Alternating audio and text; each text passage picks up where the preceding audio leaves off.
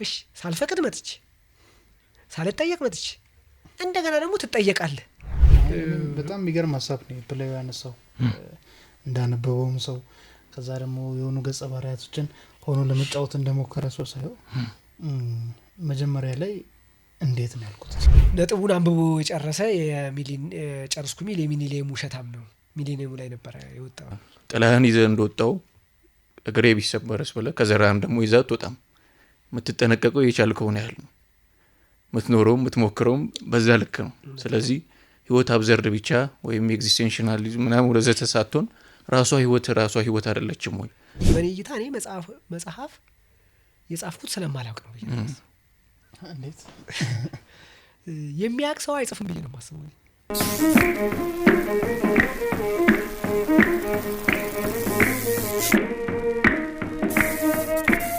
ያንተ እንትን ግን ምን ነበር ዲፍ አሁን አረፍተ ነገር የሚዘጋው መጨረሻ ላይ ነው እንግዲህ አይደል?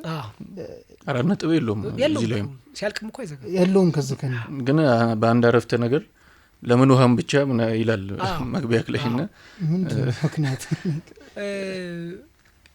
በኋላ ላይ ወቅቱ በነበረ አንድ ጋዜጣ ላይም ኢንተርቪው ስለዚህ መጽሐፍ እንትን ብዬ ነበርና ምንድነው ማስተዋውሰው ህይወት አራት ነጥብ የላትም በመሰረቱ የሚል አንዱም እይታ እሱ ነው። የላትም። ለምሳሌ ስንወለድ አለ መጀመሪያ፣ ከዛ በኋላ ያው አባት አረ ብቻ ልጄ ተወለደ እንደው አደገልኝ ይላል፣ ያድጋል። ሲያድግ ደግሞ አረ ባገባልኝ ይላል፣ ያገባል። እንደው አያት ባረገኝ ወልዶ ይላል ደግሞ ከዛ ይወልዳል። አሁን ምንም እንትን የለም፣ አራት ነጥብ የለም። ይሁን በቃኝ የምንልበት ቦታ የለም። ያም ወላጅ የወለደውም ራሱ እኔም ራሴ በቃ ወለድኩ አሁን ደግሞ ልጅ አግብታ ተመርቆ ምን ብሎ እንዲህ ያልኩ ምንም ነገር ማቆሚያ ሳይኖረኝ ይቀጥላል። አራት ነጥብ የላትም። ኢቭን አፍተር ዴዝም እንደገና ከሞት በኋላ አራት ነጥብ የለም፣ ይቀጥላል። ሞተህም ከሞት በኋላ ይወጣል ስለሚባል በተለያየ እይታ በእስልምናም ወሰደው በክርስትናም ወሰደው ከሞት በኋላ ህይወት አለ። ምን አይነት የሚለው ላይ ምንም የራሱ ግንዛቤ ሊኖረው ይችላል፣ ግን ህይወት አለ፣ ፍጻሜ የለውም። ስለዚህ አራት ነጥብ የለውም። ህይወት ዝም ብሎ የሚሄድ ነው።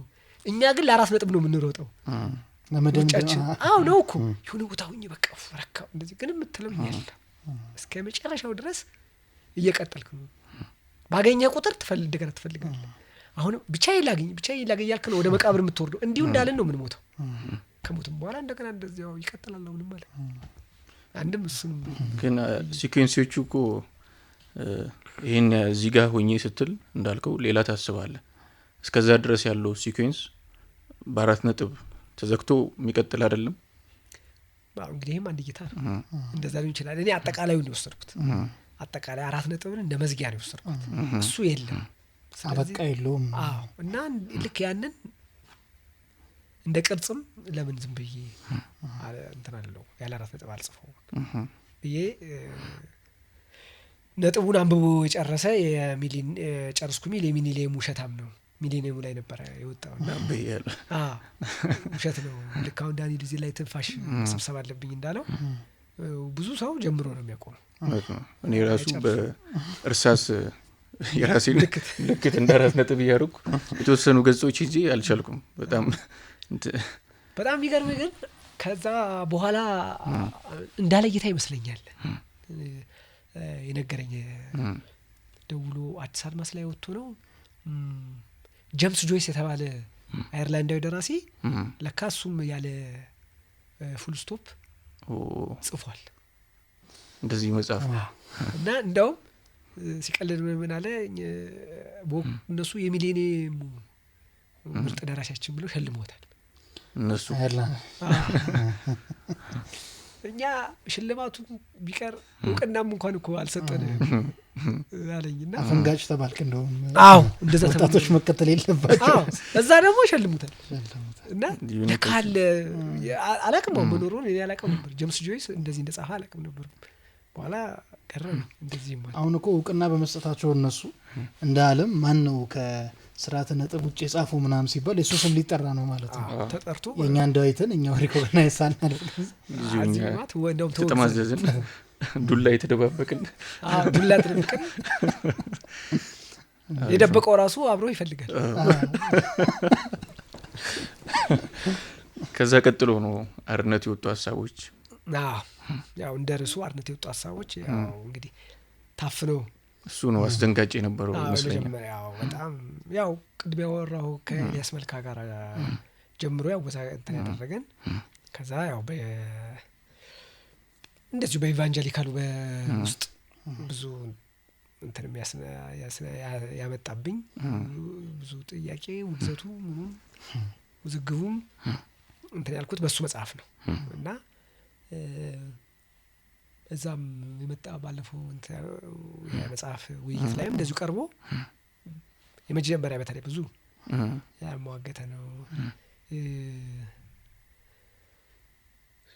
በጣም ጥሩ በቃ ትልቅ ስም ያላቸው ሰዎች በወንጌላውያን ውስጥ አጋጣሚ ዛለ ተገኝተው አይ ዳዊት ክርስቲያን አለመሆኑን በዚህ መጽሐፍ ነው ያወቅኩት እስከመባል ብዙ በቃና ደስ የሚል እኔ በጣም ነው ኢንጆይ ማድረገው በነገራችን ስለ ጽሁፍ ይሄንን አንተ ካነበቡ በኋላ ዳዊት ክርስቲያን ብለው በደንብ እንትን አድርገው አውግዘው ተናግረዋል እና እኔም ያው የራሴን መልስ የሚመስለኝን ለሳቸውም ግን እኮ ይሄ ያለ መጽሐፍ ቅዱስ ውስጥ እንደዚህ አይነት ሰዎች እንደዚህ ብለዋል አንስተዋል እነ ሕዝቅኤል እነ ሰቆቃወ ኤርምያስ እነ ኢዮብ በደንብ እኮ አለ እና ከዛ አንጻር ለምንድን ነው የኔ ስም አይታየው ለምንድን ነው እና ባይብሉ ያልከለከለውን ለምን እርሱ እንትና ይከለክላሉ እና ያው ይገባኛል በሆነ መልኩ ምንድነው እነሱ አሁንም አለያ ያጭቅጭቅ በኋላ ላይ ያው በዳዊት ጸጋይም በሚለው ግጥም መጽሐፉም እሱም እንደዛው አስከትሉብኛል እና ምንድነው ያው ይሄ አቃቤ እምነት ይሄ እንትንን ከመጠበቅ አኳያ የሚል ፍርሃት ስላለ ያችን መያዝ ነው።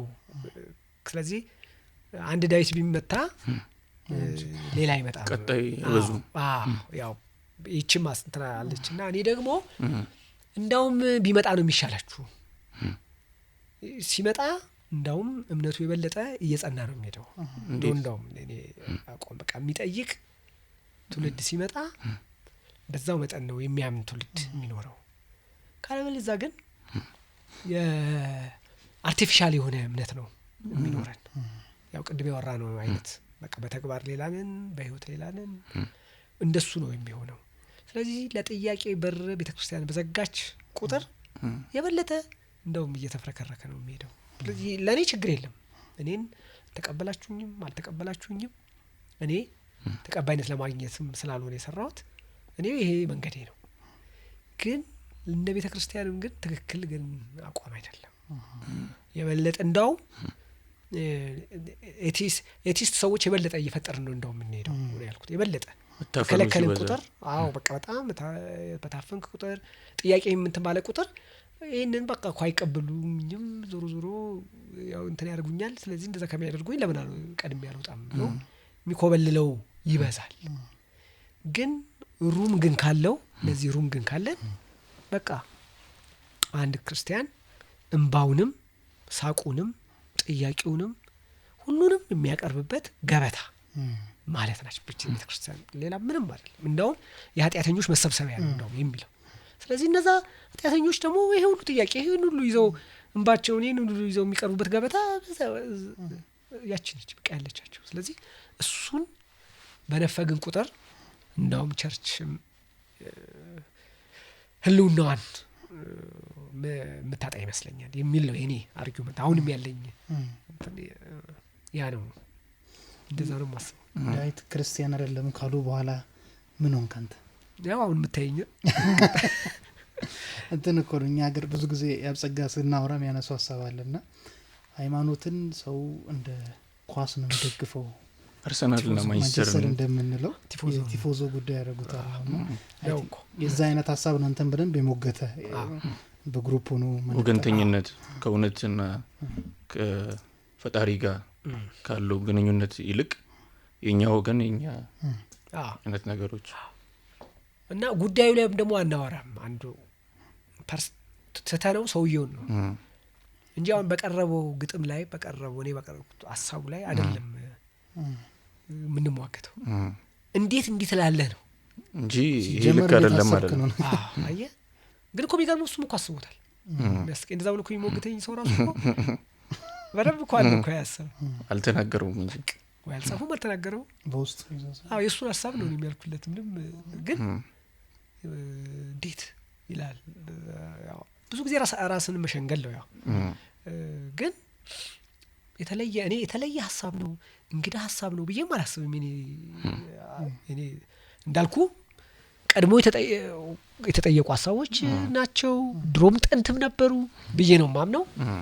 እኔ ደግሞ በራሴ መንገድ የሚለየው በራሴ መንገድ ነው የጠየኳቸው። ሐሳቡ ግን ነበር አለ እንጂ እንግዳ ሐሳብ ነው የተለየ ነው ብዬ አላስብም። ግን እኛ ነን የተለየ የምናደርገው። እንዴት እንዲህ ይባላል እንዴት እንደዚህ ትላለህ ብለህ ስትለው በቃ ሐሳቡ ልክ ቦምብ ይመስል በቃ ድማሚት ይመስል አይነት እይታ እንዲታይ ይፈልጋልና ግን እኮ ያንተም ሐሳቦች ማለት በጣም እንግዳ ናቸው። ለምሳሌ የጳውሎስ ነው ጴጥሮስ ወይ አንተ ሶስተኛ ሰማይ ላይ ሆነ እኔ ሶስተኛ ዓለም ላይ ሆኜ ነው የጸደቅከው እንጂ ይላል። ኤልያስም ይሄን ይመስለኛል አንዱ ያኔ ስትሟገቱ ከነበረው መሃል እና ሰዎቹ ላይም ለመፍረድ ይከብዳል ማለት ነው። አንተ ከልጅነት ጀምሮ በእንደዚህ አይነት ልምምዶች ውስጥ ነው ያደግከው። ስለዚህ ለአንተ እንግዳ ላይሆን ይችላል። ግን ከሰዎች አንጻር ስታዩ ምናልባት ግን እኔ ለምን መሰለህ ቦታም ስላልሰጠን ያው አባቢም ስላልሆን እንጂ ዘራ ያዕቆብ እኮ ነበር እንደ ሀገር እኮ እኔ በጣም ነው ተረማደርከው ማዝነው በ14ኛው ክፍለ ዘመን ታዲያስ ነበረን እኮ እንዴት እኮ በቃ እንዴት ፕሮፌሰር እንደሚሉት የቁልቁለት መንገድ በቃ እኮ ከዚህ በላይ ገላጭ የለም። ምንም እንግዳ እኮ ነበር።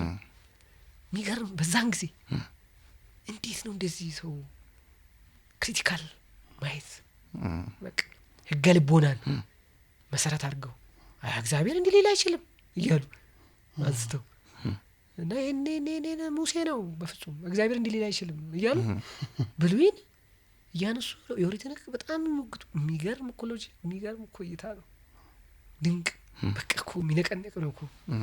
ስለዚህ ነበሩ ማለት ነው። አለቃ ዘነበ እኮ ነበሩ። እንደገና ና እስቲ ስጋዊ መንፈሳዊ እስቲ አንብሩት ዛሬ እንደዛ እኮ ሩቡን እኮ አናስብ። ድንቅ እኮ መጽሐፍ ነው። ዝቅ እያለን የመጣ ነው። ታዲያስ እሳቸው በደንብ እኮ ነው ፍልስፍናቸው በተለይ ስነ መለኮት እይታቸውን በደንብ ነው። ታዲያ ምን ሆነን ነው በዛ ማለት ምን ተፈጥሮ ነው? እሺ እነዚህ የታወቁ ሰዎች ናቸው። የማይታወቁት በቃ ተርታ ብለን የምንላቸው እንኳን ሰዎች እኮ የሚገጥሙት ግጥም ስነ ቃሎቻችን በደንብ ይሞግታሉ። በደንብ እኮ አላቸው በእውቀቱ የሆነ ጊዜ እንደውም ከአሜን ባሻገር ላይ ብሎታል። አዝማሪ ዳድጌን ከኒቼ ጋር አነጻጽሩ ዮሐንስ እግዚአብሔርን ገድሎታል መሰለኝ ብላ እሷ የገጠመችውን ከዛ ጋር እያይዙ ኒቼ እንደውም የሴቶችን እኩልነት ምናምን አያምንበትም ነበርና እሱ እንደዛ የሚላት ሴት እሱ አልፌዋለሁ የሚለውን ያስተሳሰብ ልዕልና አልፋ ይሄን የመሰለ ግጥም ጽፋለች የሚል ሴቶች በዋልበት ምናምን የሚል መጣጥፍ ውስጥ አካቶት ነበር ይመስለኛል። ነበሩ በደንብ እና እንደውም አንዳንዴ እኔ ማፍርበት ሁሉ ጊዜ አለ። እንደውም አንዳንዴ የጥንቶቹ ተብለው ተመጽው የማላቃቸው ግጥሞች ምናምን ሲመጡ ሳይ እንዴ አሁን እኛም ገጣሚ ነን አሁን እኛም ግጥም አረ እንደው ማፈር ነው ያለብን። እንደውም እነሱ እኮ ፊደል አልቆጠሩ ለዛው እንዴት አይነት ግን ክሪቲካል እንዴት አይነት ተሰጥኦ እንደነበራቸው ሳይጽፉ በቃላቸው እንኳን እና እንደዚህ አይነት ያበቀለች ሀገር ዛሬ እንዴት ነው ለሰው ሙቀት በጣም እንደ ልብ ይገኛል በሚባልበት የእነሱን ሩብ ጉዳይ እንኳን መስራት አልቻለም። ትንሽ የሚሞክረውን ደግሞ እንደዚህ ደግሞ ስትል በቃ ወይ አባቶቻችንንም ቅድመ አያቶቻችንንም አናቅም ወይም ክደናቸዋል እንጂ ያ ነበረን በደንብ አለን ብዬ አስባለሁ። ተቃርኖን ከእግዚአብሔር ነው የወረስኩት ትላለህ? እንዴት? ያው መነሻዬ ለኔ ያው ባይብል ነው ብያለሁና ባይብል ውስጥ እግዚአብሔር የሚመዘን ከሆነ በባይብል ውስጥ ከሆነ የሚታየው በደንብ ብዙ ቦታ ላይ እግዚአብሔር ራሱን ሲቃረን ታገኘዋለህ ብዙ እና ቅድሜ ከምርጫው ጀምሮ ከምኑ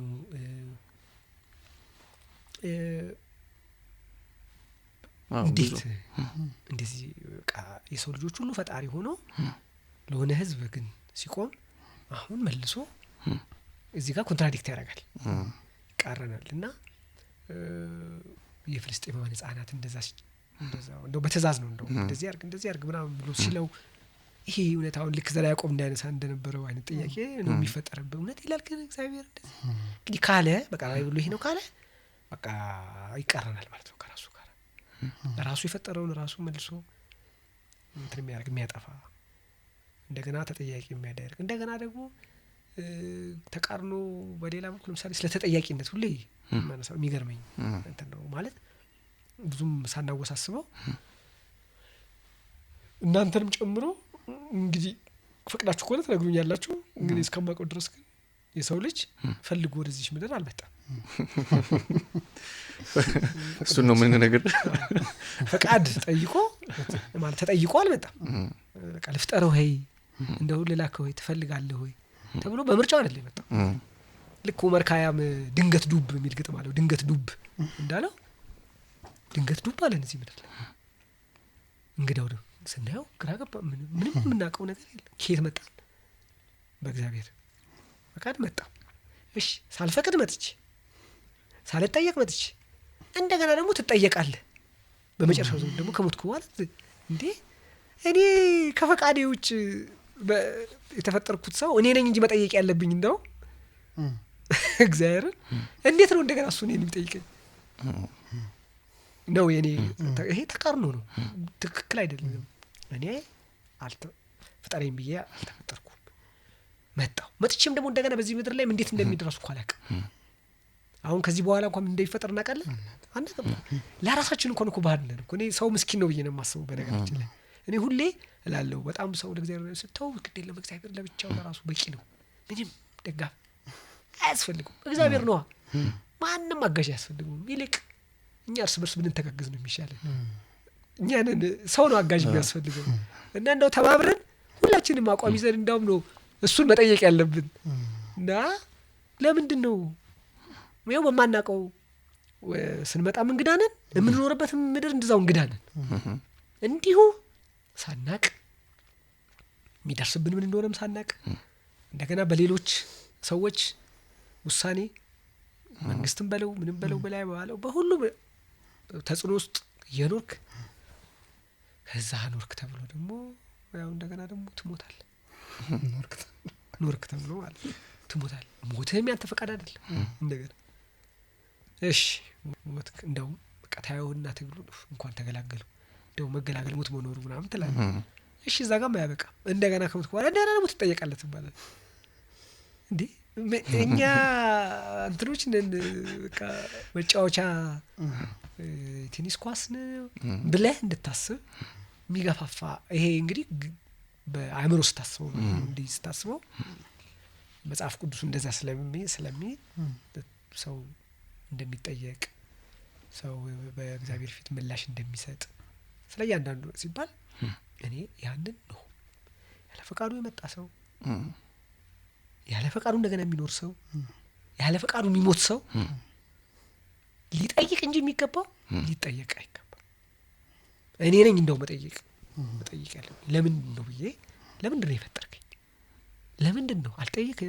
ከዛ ወደ ስቃይ መጣ እንደዚህ አኑረኝ። ለምንድን ነው እንደ የኔን መብት ነው እንደገና ለእግዚአብሔር የተሰጠው የሚል ጥያቄ ስላለኝ ይቃረናል ብዬ አስባለሁ ብዙ ጊዜ። በዚሁ የቀጠለ ባለቤት መስከረም በቀለንም እንደዚሁ ወደ ልብ የገባችው ከሌሎች ሰዎች በተለየ ስትቃወም የተሸለምክበትን ስራ ስትቃረንና ስታጣጥለው ነው።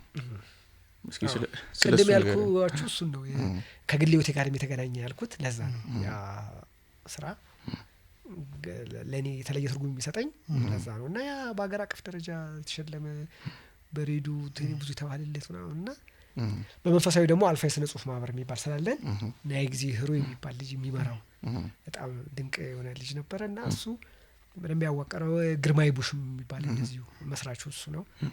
ግን በደንብ የመራው ናይ ጊዜ ነው እና በዛ ውስጥ ጠርጤዎስ ከቫቲካን የሚባል ልጅ በስሙ ወይም ደግሞ ሽመልስ ይፍሩ እሱ ሁሉ አባል የሆነበት ነው። እንደዚህ ቡድኑ ጠንካራ እና ሁሉም እንደዛ ተሰብስበው ሲሸል ሲያደንቁ አድንቀው ሁሉም የራሳቸውን ስጦታ ሁሉ እኮ ሰጥተውኛል። ይገርማል ዘለታው አኮራህን እንደዚህ ምናምን አሳውቅን የኛ የአሜሪካን የእንትን የአልፋ አባል ምናምን ብለው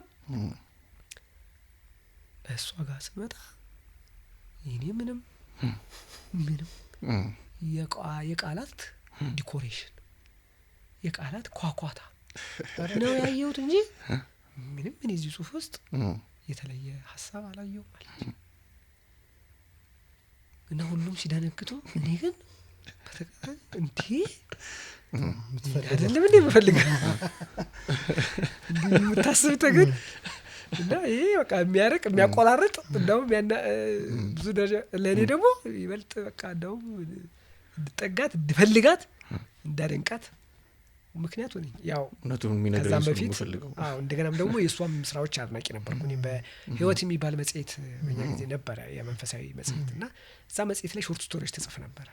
እሷ ሙናን ግን አላውቅም ነበር። በኋላ ነው እሷ ሙናን ያወቅኩት እና አደንቃት ነበር እና መስከረም በቀለ ሲል በጣም ደሰት ስለነበር እሷ የኔን ጽሁፍ ስታጣጥም ነው አንተ ሀገር ያደነቀውን ጽሁፍ ታጣጥልቺ ማናት ብዬ በቃ ከዛ በኋላ ከዛን ቀን ጀምሮ ስትወጣ ቤት ድረስ ስንወርገት ሸኘው በቃ ያቋሚ ሆና 2 አመት ያቀጥሉ ያ ተሳከመ ወልዶ ያው ዛሬ ዩኒቨርሲቲ የደረሱ ልጆች ለማግኘት ወቅተናል።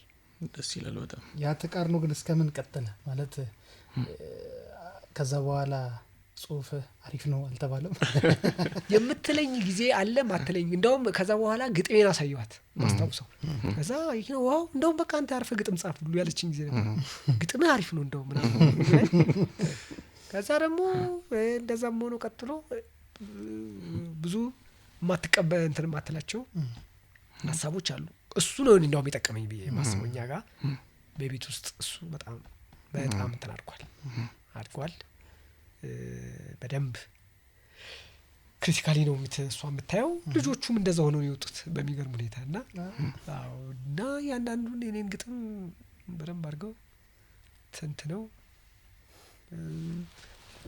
የሚደነቀውን አድርገው የመሰላቸውን ደግሞ ይሄ ግጥም አይደለም ምናምን ትለኛለች። ሻለው ምንድነው ተቃርኖ ከልጆችም ይመጣል ማለት በደንብ እንደውም የነሱ ይበልጣል።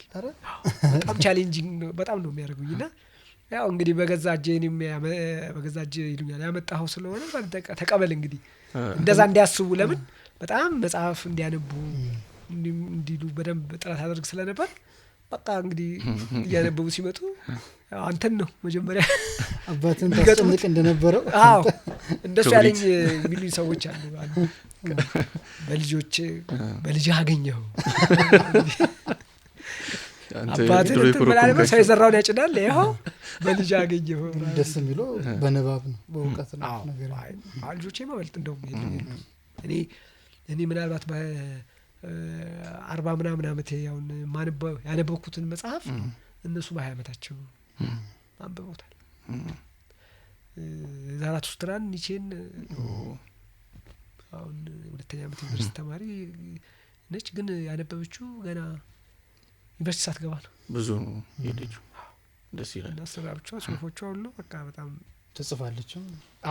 የራሷ እንትን አለ። እርግጥ እንትን ላይ ነው ዲጂታል እንትን ላይ ነው የራሷ ቴሌግራም እንትን አላት እና ጽሁፎቿን የሚያዩ ሰዎች በጣም በቃ እኛን በደንብ የምትበልጥን ልጅ ነው መውለድ ያለብህ የሚበልጥህ ልጅ ነው መውለድ ያለብህ የሚባለው እኔ አይቼበታለሁ። ስለ ልጆች ካነሳ ግን ጥሩ ነገር መጣ አይደለ? አሁን ስለ ይሄን ዘመን ነው የምናወራው ማለት ነው። እና ይሄ ዘመን ላይ ያለን ትውልዶች ብዙ የምንወቀስበት ነገር አለ። አንደኛው የንባብ ጉዳይ ነው። ብዙ ዲስትራክት የሚያደርጋቸው ነገር አለ ተብሎ በፖዚቲቭ እንዴት እንደሚታሰብልን ተራድጎ የሚወራ አለ። ሲቀጥል ደግሞ ልክ በእናንተ ጊዜ እና ጸጋዬ ጫታም ትውልድ እንዳለው ይሄ ቲክቶካም ትውልድም ሊባል ይችላል። እና አንተ አሁን ላይ ያሉ ገጣሚዎች ወጣት ገጣሚዎች ሊሆኑ ይችላሉ። በተለይ ደግሞ በሶሻል ሚዲያ የመጡትን ስታይ ምን ይሰማሃል? ወይንም እንደ ዳዊት ጸጋዬ ምንድነው ያንተ መልከታ?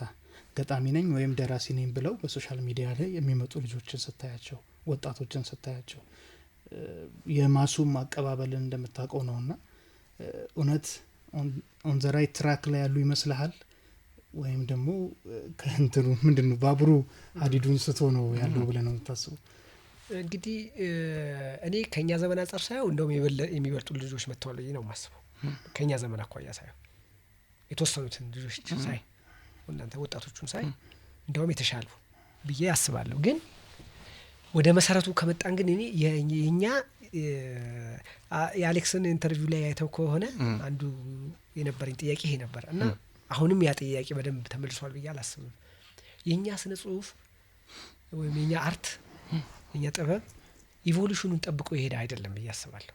ለዚህ ነው አሁን እንደዚህ አይነት ድብልቅልቅ የሆነ በቃ መስመሩ አሁን ቅድም እንዳልከው ስቷልም አልሳተም እንዲህ መከራ እንዲህ የሚሆንብን ኢቮሉሽኑን ምንም አልጠብቅም። ስለዚህ ምን ማለት ነው? ሳንገነባ ነው ያፈረስነው። አልገነባንም መጀመሪያ፣ ግን አሁን እያፈረስን ነው። ኢቭን ዲኮንስትራክሽንን እንኳን ምንም ስንከተል መጀመሪያ ግን ኮንስትራክት ራሱ መቼ ሆኖ ነበር? መጀመሪያ እንደው በቀላል እንትን ለማለት ለምሳሌ የውጭዎቹ አሁን እኛ ስናድግ የሲድኒ ሼልደን መጽሐፍ የኤርቪንግ ዋላስን አረለ ያጋታ ክርስቲን እነ ዳንኤል ስቴላ ምናምን እኮ ያነበብን ነው ያደግ ነው። በጣም እንመሰጥባቸው ነበር። እንደነሱ አይነት ደራሲ ኖሮ ነው ያውቃል? ኢቮሉሽን የምለው እሱ ነው ነበር። የለንም እንደዚህ በጣም ስሜት ይዙ ምንድንግጥበትን በቃ በኋላ ላይ ያው የራሱ ጃነር አለው። ኮሜርሻል ቡክ ውስጥ ሊገባ ይችላል፣ ሴንሴሽናል ቡክ ውስጥ ልንከታቸው እንችላለን። አሁን እንደዚህ እድሜያችን ከፍ ሲል ማለት ነው። አሁን የምናናነቃቸው የሲድኒ አሁን የጠሯቸውን ብዙ ቦታ ማንሳቸው ግን የራሳቸው እኮ ግንባታ አላቸው። የውጭዎቹ እኮ ከሱ ተነስተው ነው በኋላ ላይ ወደ ብዙ ኢዝም ውስጥ እኮ የገቡት አይደል እንዴ? እያደጉ መጥተው ማለት ነው። እኛ ጋር እሱ ተከስቷል ወይ? እኔም ማላቀው ካለ ነገሩ እኔ በበኩል የለም። የአሌክስ ብዙ ጊዜ እንደሚለው ከተረት ተረት አጻጻፍ ወተን ከዛ በኋላ ልክ እንደነዚህ አይነት የስለላ መጽሐፎች ሊሆን ይችላል፣ ስሜትን ሰቅዘው የሚይዙ ሊሆን ይችላል። አሁን ያልተጠበቀ ክስተት ነው አይደል? ምናምን ይሽልለ እንደማና ምናምን በቃ ስናነባቸው አስደናቂ የሆኑ ነገሮች እንደሱ አይነት ደራሲዎችን አፍርተን ነው እኔ እንግዲህ አላየው። ስለዚህ ቀጥታ መጣንና እነ ባሉ ግርማ ጥሰውት መጡ። ያንን ሳናልፍ ማለት ነው። በቃ ብዙ ጊዜ ያው ሪያሊዝም ይባላል። ወደ ሪያሊዝም መጣን። ከዛ ደግሞ ጋሽ ስብሐት መጣና ደግሞ ናቹራሊዝም መጣና ደግሞ ምንም እንትኑ በሌለን እንደውም ሰለሞን ደሬሳ ከዛ በኋላ ደግሞ ልጅነትን ነው ምናምን ደግሞ መጣ። ጭንቅላታችንን የሚያዞር ማለት ነው። ምንም እንትኑ ሳይከተል መጣ። ሰለሞን ደሬሳ እንደው ማስተውሰው ምን ይላል? ውጪ ወጥቼ ሳነብ ነው የነቃሁት ይላል። እኛ ይተካንዳለ አዎ ነቃው ይላል።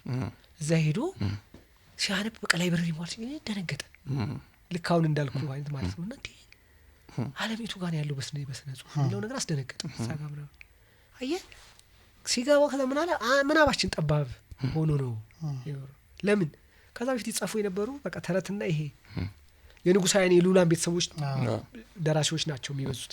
ስለዚህ እነሱ ወይ ለውጭው ስራ የተጋለጡ አልነበሩም ማለት ነው አንድ፣ ወይ ደግሞ ስልጣናቸውን ለመጠበቂያ አናቅም በዚህ ብቻ ቅርጽ እንድናስበው ያድርገው ሊሆን ይችላል።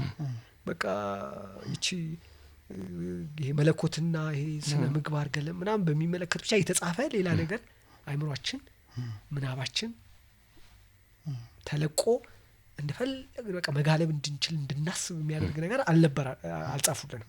ስለዚህ ለምንድን ነው የሚል አለኝ እኔ። ስለዚህ እሱን ስላላለፍን ኢቮሉሽኑን ስላልጠበቅን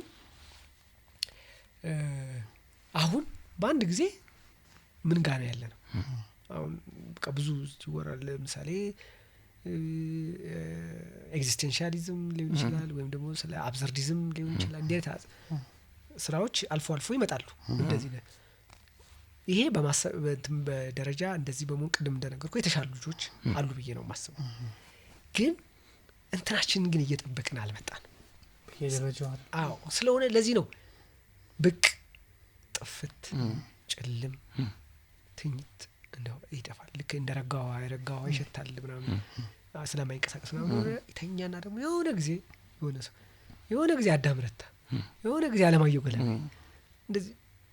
ግን ትክክለኛ እድገቱን ጠብቀን የመጣን ብንኖር ኖሮ እኔ በእርግጠኝነት የኢትዮጵያ ስነ ጽሁፍ የዓለም አቀፉን ስነ ጽሁፍ መሞገት የሚችል እዛ ደረጃ ሊደርስ የሚችል ብቃት በደንብ ይኖረው ነበር ብዬ አስባለሁ። አሁን ግን ያንን አልፈን ስላልመጣን ቀውስ ውስጥ ያለ ስነ ጽሁፍ ነው ብዬ ነው የማስበው። ስለዚህ ያንን ቀውስ ውስጥ ራሱ ግን በአግባቡ ሰርተነዋል ወይ ደግሞ የሚል ጥያቄ ያለኝ እሱን አይመስለኝም። ራሱ ቀውሱን እሱን ጻፉት እንዳለችው እኛ እንዲህ ውስጥ ያለው ቀውስ በቃ ራሱን ለምን አትጽፉትም? እና ልቦለድን በተመለከተ እሱ ኢቮሉሽን የተዛባ ይመስለኛል። ግጥም የተሻለ ነው ብዬ አስባለሁ። ግጥም ያው ከህብረተሰቡን ጀምሮ ጥሩ መሰረት ጥሎ የመጣ ስለሆነ ያንን ያው ሰለሞን መቶ መሀል ላይ ልጅነትን እንደዚህ የመጣ ቢመታውም የእሱ እንደውም ይሻላል። ቢያንስ እሱ መጣና አዲስ ነገር ሰጥ ለትሮት ለምን እንትኑን ጠብቆ ስለመጣ ለበቃ ያው መፍረስ አለበት ደግሞ ይሄን ብሎ ደግሞ ሌላ ይዞ መጣና ልቦለድ ላይ ግን እንደዛ አይደለም ብዬ ነው የማስበውና እሱ ብዙ የጎዳን ይመስለኛል። አሁንም ያ የምናብ ደሃንን እንደሚለው ሰለሞን እሱ ሀብት አለን ብዬ አላስብም። ንባብ ላይም እኮ ስናየው እኛ ሀገር በጣም ከሚያስቀው ነገር እንደ ሆቢ ነው የሚታየው ማንበብ ማለት በጣም መሰረታዊ ከማንበብ እንደምንበላው እንደምንጠጣው የአእምሮ ምግብ ነው ግን መሆን ያለበት። ዓለም በጣም ከባድ የሆነ ሩጫ ላይ ነው ያለችው። እኛ እስከሆነ ራሳችንን አውቀን አልጨረስንም እና በዚህ መሀል ግን ንባብ እንደ ሆቢ ነው የሚወሰደው እኛ ሀገር ላይና ይሄ ራሱ በጣም የሚያስቅ ነገር ነው። እውነት ነው። በጣም ከባድ ስላቅ ነው። መሰረታዊ መብላት፣ መጠጣት፣ መልበስ ተደርጎ በተወሰደበት ሀገር ነው ለውጥ ነው። እኛ ጋር እንደ ቅንጦት ሁሉ ነው የሚታይ።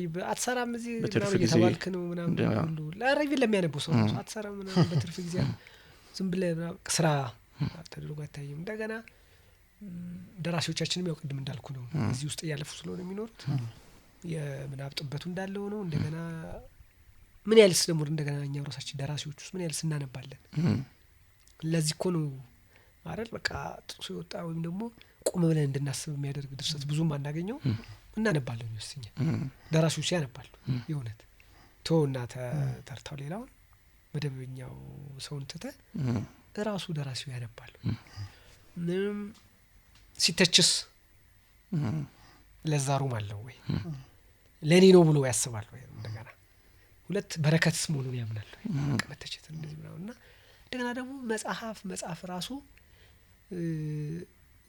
የአዋቂነት ምልክት ነው እንደንተንም የሚታየው። ግን መጽሐፍ እኔ አሁን እኔ ጽፌያለሁ አይደል እንደዚህ እኔ ለኔ በኔ እይታ እኔ መጽሐፍ የጻፍኩት ስለማላውቅ ነው ብዬ ነው።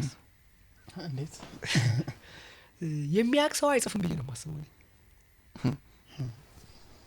አብራራ መንፈስ ያረከው ምናምን አስበሉኝ እንጂ ለምሳሌ ለኔ ኢየሱስ ክርስቶስ ቃል ጻፈ አልጻፍም። እንደውም እሺ አንድ ጊዜ ብቻ በምድር ላይ ጻፈ ይላል። አንድ ጊዜ እሷም ለዛች ሴት ነው ሌላሉ ነው ያ ጽሁፍ ምን ይሆን እቺ ጻፋት እንትን ምናምን ላሉ እና እሱም የጻፈው በምድር ላይ ነው በወረቀት ላይ አይደለም። እና ያቺ ቃል በተረፈ ኢየሱስ ሙሉ ትምህርቶቹ በቃ ይሄ ሙሉ በቃ በኩሌ ምናምን የሚባለውን ነገር በቃ ስለሆነ አይጽፍም እና አልጻፈም። ሶቅራጥስም አንዱ ለሱም ልንጠቅሰው እንችላለን። እኔ የምጽፈው ስለማላቅ ነው ማለት የሚጽፍ ሰው ጠያቂ ነው ብዬ ስለማመን ማለት ነው። የሚጠይቅ ደግሞ የማያውቅ ነው። መጠየቅህ እኮ ስለማታውቀው ነው ያን ነገር ለምን እንደዚህ ሆነ ካወቅህ እኮ አትጠይቅ። ስለዚህ ካወቅህ አትጽፍ። ካታውቀዋለህ ለምን ብለህ ትጽፋለህ? ስትጽፍ መጽሐፍ ጸሐፊ መሆን ማለት አላውቅም ማለት ነው ለኔ። አላውቅም ግን እነዚህ ጥያቄዎች አሉ ስለማላቅ እነዚህ ያን ጥያቄ በልብ ወለድ መልክ ልጠይቀው ትችላለህ፣ በግጥም መልክ ልጠይቀው ትችላለህ፣ በተለያየ በፈለከው መልክ ልጠይቀው ትችላለህ። ግን ያለ ማወቅህ ነው። ልክ ሶቅራጥስ ሁሌ የምንለው የሚታወቀው የተለመደው አባባል ነው፣ ጥልቅ አባባል ነው። ያለ ማወቄ ነው የማውቀው ያ ማለት ነው። ስትጽፍ እየነገርክ ያለው ይህንን ነው። ይሄ አለማወቄን ነው ማውቀው ምላሽ ፈልጋለሁ። ስለዚህ ለምንድን ነው ያነሳሁት? እኛ ግን በተቃራኒው ነው የምናስበው። ጻፍን ማለት አወቅን ብለን ስለምናስብ ለደራሲዎቻችን ሂስም ይሁን ትችትም ይሁን እንዲህ አይነት ነገር በጣም ያስቆጣል። አዋቂ ነኝ እኔ አውቄ ነው የጻፍኩት ብለን ስለምናምን ማለት ነው። መጀመሪያ ነው እዚህ ጋር ነው መቆም ያለብን። ስለማላውቅ ነው የምጽፈው ብለን ነው ማሰብ ያለብን። እኔ ስለማላውቅ ነው የምጽፈው። ለዚህ እኮ ትንሽ ነገር እንኳን ብልጭ እኮ ሲልልን ባይዘው ካለልኩ ትንሽ ነገር ብልጭ ሲልልን ትደነግጣለህ። ይሄ እንደዚህ አስደናቂ ችን ከሆነ ዩኒቨርሱ እንዴት ነው ዩኒቨርሱ?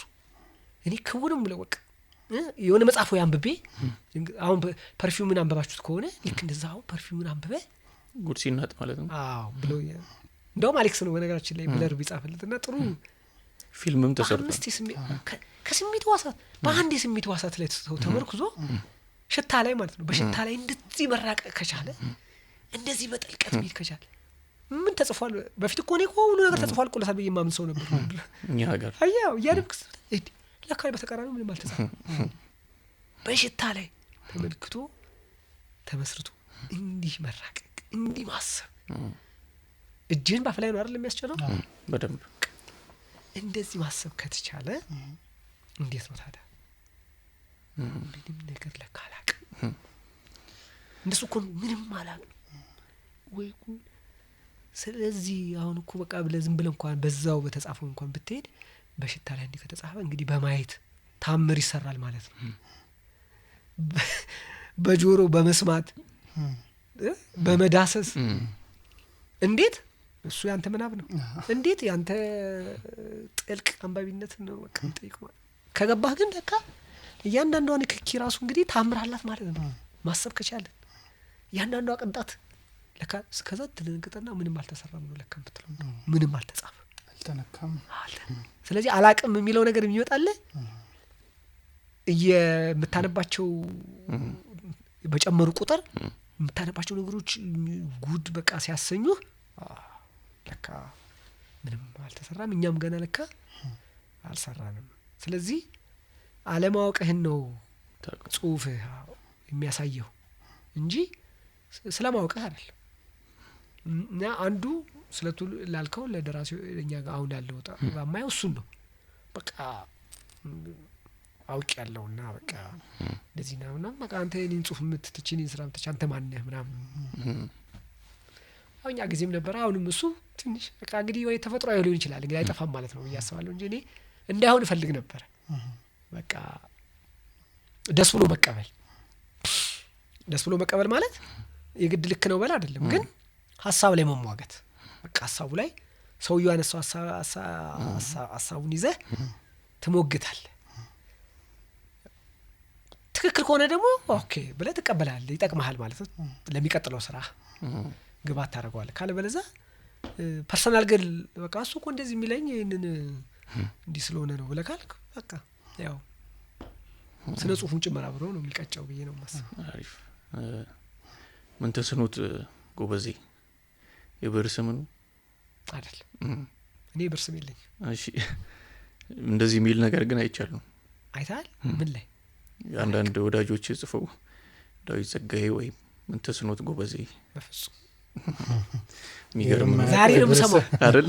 አረባክ እውነት በኋላ ያሳያለሁ። ዛሬ ነው ገና መስማት። እኔ በብር ስም ጽፌም አላውቅም። ደግሞም ልክ እነሱን አከብራለሁ በብር ስም ጽፉ። እኔ ግን ያንን ራሱ የምደግፍም ሰው አይደለሁም። በቃ ሰው በራሱ ስም መጻፍ አለበት፣ መሞገት አለበት። ሰዎችም ሲመልሱ በብር ስም መመለስ የለባቸውም። ተደብቆ ልክ ሽምቁ እያኮ አይደለም። ያሰውጊያ ደግሞ በጣም በረከት ነው ብዬ እደጋግመዋለሁ። ሁሌም ብርሃን ነው ብዬ ስለማሰብ ሁሉ ነገር በግልጽ የሚጽፈውም ሰውዬ በሱ መጻፍ አለበት። እኔ በስሜ ነው የምጽፈው። ወይ ደግሞ እንደ ማሞካሻ ይሆናል ዳዊት ጸጋዬ ወይም ምን ተስኖት ጎበዜ። አሁን ቃሉን ሳስበው እንደ ሀረግ ነውና በዛ ስም እኔ ስፈልግ ምንም ነገር አላገኘው። ስለዚህ ያኔ እንደ ብር ስሙ ስጆ ነበር። አሁን አድናቆት ሊሆንም ይችላል። ምን ሊሆን እንደዛ ሳይሆን አይቀርም። እንግዲህ እንኳን ነገርከኝ። የነጻነት ፈለግ አንድ ጊዜ ብቻ ታይቶ ከመድረክ የወረደ ቲያትር ነው እና በጣም መነጋገሪያ ነበር በዛ ጊዜ። እንዴት አንዴ ብቻ ታይቶ ሊወርድ ይችላል? ምንስ ላይ ነበር የሚያተኩረው? ያው ፖለቲካዊ ድራማ ነው። አንድ ጊዜ ጣሊያን ማዕከል ታየ። ጣሊያን ካልሻ ከዛ በኋላ ያው ማዕከሉ ጥያቄ መንግስት አነሳብኝ እና ያው በማግስቱ ነው ወዲያው ደውሎ የጠሩኝ። እና ጣሊያን ነው እንደው እኔ ተናልቼ ይሄ እኮ ጣሊያን መንግስት እንደማለት ነው። እንዴት እናንተ ይሄንን እንኳን መብት አታስከብሩ የራሳችሁ ነው እንደው ያልኩት። ያው እዚህ ነው ያሉት። ስለልክ አሁን ጣሊያን ኤምባሲ ከገባ አትነካም እንደሚባለው አይነት ማለት ነው። በቃ ጣሊያን ነገር ነው አገሪቷ እንደመድፈር ነው ስለሚባል ምንድነው በቃ እኮ መብታችሁ ነው ማስከበር ያለው። ደግሞ ከእናንተ ጋር ውላችን ኪራይ ነው። በቃ አዳራሹን ነው የተከራየናችሁ። ስለ ይዘቱ ስለምኑ እናንተን የሚመለከት አይደለም። ውላችንም እሱ ስላልሆነ ስለዚህ ባለስልጣናት እየደወሉ እንደዚህ ስላሉን ከዚህ በኋላ አይታይም። እንደውም አታላችሁናል እንዲሞኑን መንገር ነበረባችሁ አይነት አሉ እና በወቅቱ ግን እንግዲህ ያው በሰማያዊ ፓርቲ ስለሆነ የታየው ያም ነው አንድ ተጽዕኖ የፈጠረው። በወቅቱም ደግሞ ያው የካድሬዎቹን ገብተው ስላዩት የነሱም ሄዶ ሪፖርት ማድረግ ስላለ ለካልቸር ለባህል ማዕከሉ ድንጋጤ ነው የፈጠረበት እና እኛ እንዲሞኑን ብናውቅ አንፈቅድም ነበር የሚል ለምን እነ ፕሮፌሰር መስፍን ተገኝተው ያዩት ቲያትርና ደግሞ አስተያየት የሚሰጡበት ስለነበር እንደገና በማግስቱ አዲስ አድማስ ላይም ዜናው ነው ስለወጣ ዜናው ነው ወጥቶ ስለነበር እንደገና ደግሞ ሚሚ ሰባቱም ደግሞ ሊቆም ሊታገድ ይገባዋል ብላ ተናገራም ስለነበር አይታው ነበር። የሚገርመው እሱ ነው አላየችውም። ከመሰረታት ላይ ጋር ሆኖ ግን ቆርጦ ያየሳኩ እንዳለጌታ ከዛ እንዳለጌታ መጽሐፉ ላይ ማዕቀብ የሚለው መጽሐፍ ላይ አካቶታል እና ደስ የሚል በጥሩ እንትን ነው ማለት አተያይ ነው መጥቶ ያናገረኝ። እንዴት ነው የኛ በዛን ጊዜ ነው ወቅቱ ነው ሳይሆን ያኔ በነበረው እንትን ይወቀሳልኛ ትውልድ እነ ጸጋዬ ነው ግን እንትን ያደርጉ ነበር እንደዚህ ይሄ ትውልድ ምን ያለው ማን ጽፏል ምናምን የሚለውንም ለኛ እንደ አንድ ምሳሌም ሊሆን ስለሚችል እንደዚህ ባካትተው ምን ይመስላል እንደዚህ ምናምን ደስ ይለኛል አልኩት። እነሱም ስላላየው ቲያትሩን ስክሪፕቱን ስጠኛለኝ ሰጠሁት። ከዛ ደግሞ ያው በወቅቱ እዛ ጋር ለመድረስ የነበረውን ደግሞ ሂደት መሰናክልም ደግሞ ያው ኢንተርቪው አድርጎኝ ጠይቆኝ ነገርኩት እና እዛ ጋር ለመድረስ ቲያትሩ ብዙ ተዋናዮች ጀምረው አቋርጠው ውጭ ሁሉ የወጡ ሰዎች አሉ ያን ቲያትር ሳይጨርሱ ግን ደግሞ በቲያትሩም ተጠቅመው ያኔ ትልቅ እንትን ነው የፖለቲካ መጠየቂያ ያደረጉት ሰዎች ሳይለን ማለት ነው አይነት እና አልቋል እኮ ቲያትሩ ሰርተውት ባለቀ ሰዓት ሳያሳዩት ማለት አዘጋጅ የነበረው ነው ያልከኝ እንደዛ የሚል ነገር አንብቤያለሁ። ልቤን በጣም ነበር እንትን ያደረገኝ በጣም ከዛ እንደገና ነው ሀ ተብሎ እንደገና ተጀምሮ በቃ ደፋር ሰው ማግኘት ወቅቱ ከባድ ስለነበር ያን ደፍሮ የሚሰራ ሰው በስንት መከራ እንደገና ተፈልገው ፈቃደኛ የሆኑ ሰዎች የትወናው ራሱ ብቃቱም ምኑም ተሰጥኦ የሌላቸውም ያላቸውም ጭምር ተሳትፎበት በቃ ፓርቲው ወቅቱ እኔ ሰማያዊ ፓርቲ አባል ነበርኩ። መጨረሻ ላይ መግባት አለብኝ ብዬ ገብቼ ማለት ነው። እና ይሄን ስራ ይዤ ነበር የገባሁት እና ያው በኋላ ላይ በሲዲም ተቀርጾ ስለተከለከለ ይዛለት ያም ጥርጣሬ ስለነበር ተቀርጾ ነበር። ድጋሚ ሊከለከል ይችላል ብሎ ስለታሰበ ተቀርጾ ውጪ ሁሉ ይዘው ተሄደው አሳይተውታል። እና በቃ በዛ ምክንያት ከዛሬ በኋላ አይታይም አሉ። በዛው ቆመ ማለት ነው። ቀጣዩ በላይ ደግሞ የሚመጣው አልፏል። በጣም ጉደኛ የሆነ ቲያትር ነው እና ደግሞ ከርዕሱ ነው እኮ የሚገርመው የሚመጣው አልፏል። ታይትሉ መጪ ነገር ያልፋል እንዴ ማለትም ወይ ሳናገኝ እንዴ? አዎ ማለት ማንን አስታውስከኝ እንደዚህ ስትላውን የፈረንሳዮች አንድ ብሂል አላቸው። የሆነ ሰው ምን ይላሉ? ነገሮች በተለወጡ ቁጥር እንደነበሩ ይሆናሉ።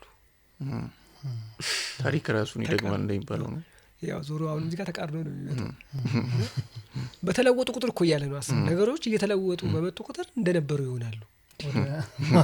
ተለውጠው እንደነበሩ ይሄንን አልኖር ነው እኛ በተለይ ኢትዮጵያ ከዚህ በላይ ይሄንን የሚገልጥ እንደውም እኔ ፈረንሳዮች እንግዲህ ይኖራቸው እንግዲህ ቢያልፉበት ነው እንደዚህ ያሉት። እኛ ደግሞ ጭራሽ እየኖርንበት ነው። አሁን ያዙሪቱ ድግግ በተለወጠ ቁጥር እንደነበረ ነው። በተለወጠ ቁጥር እንዳለ ነው። በተለወጠ ቁጥር ያው ነው። ስለዚህ የሚመጣው አልፏል። ይሄንኑ ነው የምንኖረው። ምንም ግን እዚህ ጋር ለመድረስ ግን እኔ ይሄንን ለማለት እነዚህን ዓመታት ሁሉ መኖር ነበረብኝ ማለት ነው። እንዲገባ 40 ምናምን ዓመት ማሳለፍ ነበረብኝ ማለት ነው። ከዛ በኋላ ወደ ማለት እነዛ እንግዲህ ንባቦች አሉ ምኖች አሉ። ከዛ ደግሞ በተግባር ደግሞ ሀገሬን ሳይ ኦኬ ወደዚህ መጣሁ። ከዛ ይሄ ድርሰት ሀሳብ ብቅ ያለው ከዛ ነው እና ይሄ ያው እንደ አብዘርድ ነው ብለው የሚያዩት ሰዎች አሉ።